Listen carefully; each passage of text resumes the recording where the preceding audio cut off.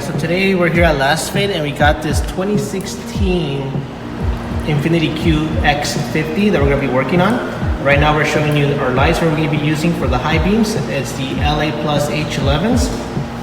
We're going to be putting those into the high beams today.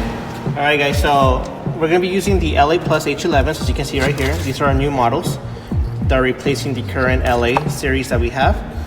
And we're going to be replacing it into here, the high beam. So it's really easy to get to. It's exposed. It's an external bulb. It's not one that's covered with a cap. So all you got to do is just pretty much press on the clip, push it down. It'll come off just like that, okay? That's the actual plug. That's the clip you're going to push inwards and then just slide it down, okay? I'm going to put that to the side. And then counterclockwise to remove the bulb. To make stuff easier, just make sure it's already pre-locked. Make sure you line them up positive to negative.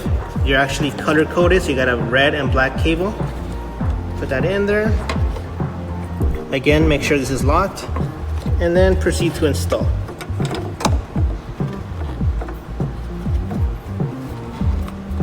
Okay, and just like that, you completed the installation. If you look over here, just real quick, just to show you a little bit more about the 360-degree adjustability. As you can see right now, you can see that little copper slit in the middle. You can actually see it turn. So in case it wasn't installed properly, you just keep spinning it until you got the proper position you need. So put that in here.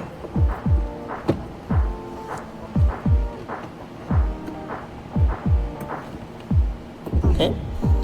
And in case for whatever reason you still can't get the correct positioning, you can actually remove the bulb from the stock and then you can just like spin it to where you have to have it. And you can see 360 degrees and you can just slide it back in and lock. Simple as that.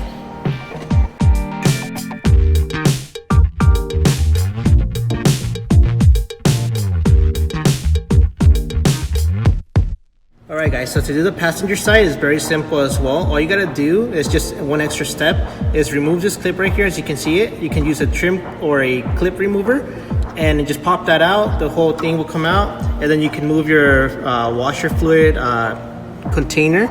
You can move it to the side and allow you, give you access to the actual bulb itself. So just do the same procedure as the driver's side and you'll be good to go. And again guys, thank you for watching.